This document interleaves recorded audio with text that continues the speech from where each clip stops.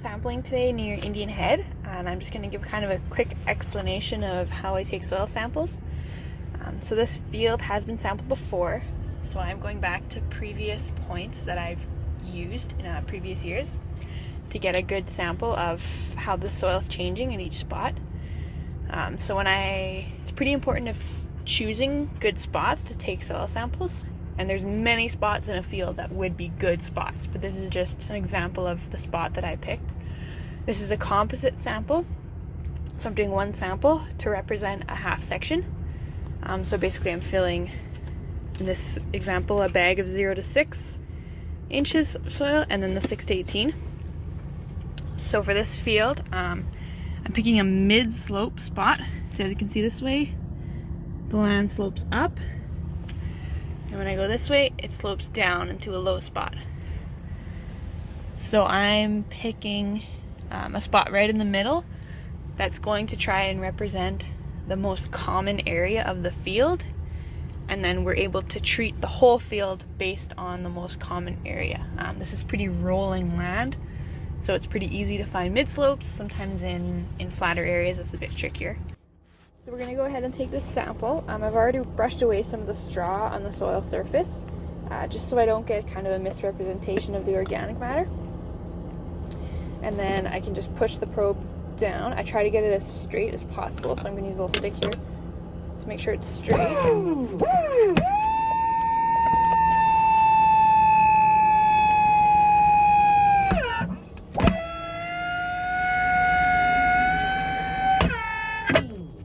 Pull up the sample, push away junk here, pull it up.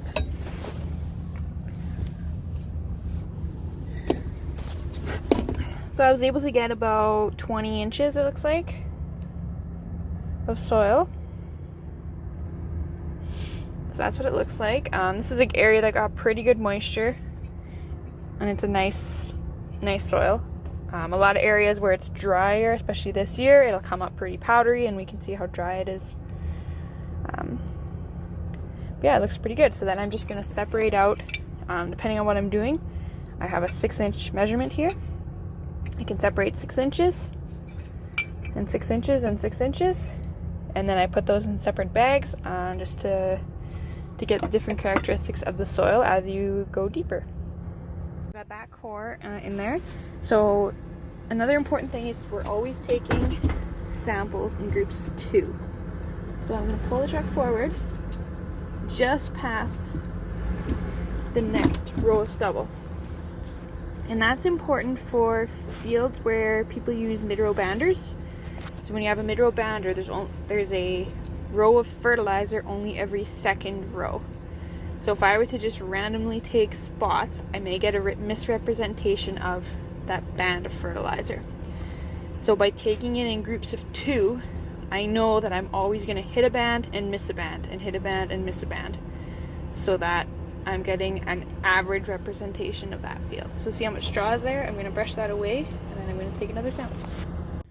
So once I've gone to enough points to get enough for a good sample, I bag them. So these ones are labeled as 0 to 6 inches, and the 6 to 18 inches.